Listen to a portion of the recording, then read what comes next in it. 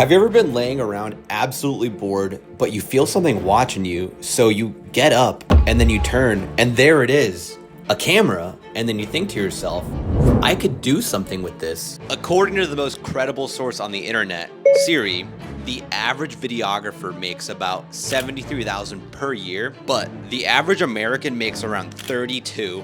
So the question is, how the heck did I quit my safe, reliable office job, start a video production business, and not fail yet? All of this started years ago when I was told that to be able to succeed in the video and film industry, you must go to college, study, and then when you get your degree, you're magically worth more than anyone who didn't do any of that. You might have guessed where this is heading, but that wasn't entirely accurate. But if that didn't work out, then what did? Well, dude, that's simple. I bought a camera, I started filming, I went around and filmed a bunch of videos for a bunch of people, and then the cash started coming in.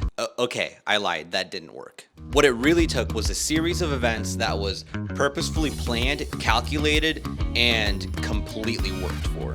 I started making videos when I was like 16 years old, and ever since the start, I was completely fascinated by the videographers and the creators that were able to make a living off of doing what I love doing. But I never really knew quite how to pull that off. Till I stumbled upon this. A secret strategy that helped me to build a portfolio, create connections, that all eventually led to me being able to quit my job. So picture this, you're a beginner videographer and you want to start making money, so go to a business. Let's just say that it's a smoothie bar. You go to the smoothie bar and you tell the owner that you want them to hire you to make them a promotional video. And they're like, okay, cool, can we see the work that you've done for other smoothie bars? But since you're a beginner, you've never done that kind of video, so you tell them, I'm sorry I haven't made that, but trust me, I know how to make videos. Then they respond and say, thanks, but no thanks, we'll just go for someone that has made that kind of video. And this is exactly where that secret strategy comes into play.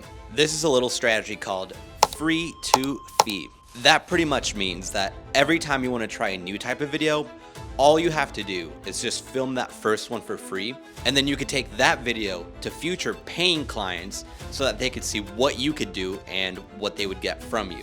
You will create a huge portfolio that you could take to all sorts of clients. That's something called proof of concept. So I started doing that, and let me explain what happened from there because it gets a little crazy. For me, there was a few logical steps that needed to happen in order to reasonably quit my job and go full-time as a videographer. The first one was that I needed to make enough money to be able to either pay my bills for a while or create enough consistent income that it just makes sense to quit my job and go all in.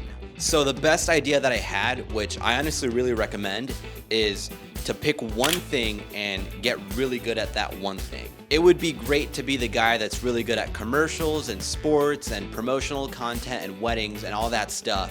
But if you were someone who hires videographers, wouldn't you rather hire the guy that is the best at one thing instead of really good at all of the things? So because of that reasoning, I decided that I would focus on weddings, because to me, weddings seem to be the easiest way to create consistent income, because couples are very willing to invest in a high quality video of the greatest day of their life. So I filmed a few weddings, but I knew that doing the filmings wasn't going to be enough. Therefore, I needed to step into part 2 of my master plan, which was to create connections and build a network. Because filmings come and go, but the people that help you get those filmings are forever. An example of how to create connections and build a network would be attending networking events, joining an online community, or just reach out to people that are doing the thing that you want to do and tell them that you'll do a little bit of work, maybe even hit them with the free to fee. Step by step, here's what worked for me. I went out, filmed a few weddings for cheap. I joined an online community and I told vendors that I would love to do work for them. I connected with a DJ that said that he needed video work. I did a couple things for him, and then he started just feeding me work. All of that led me to a point where I had made enough money and booked enough weddings that it was finally time to tell my boss, respectfully, I love everything that you've done for me, but it's time for me to part ways and put my 2 weeks in. Something along those lines. The first time that I filmed a commercial completely alone and with beginner equipment was pretty intimidating, which is why I made a whole video about how I did it and how I booked it, and YouTube seems to think that you would like whatever the heck this video is. Thanks for watching. I hope you liked it.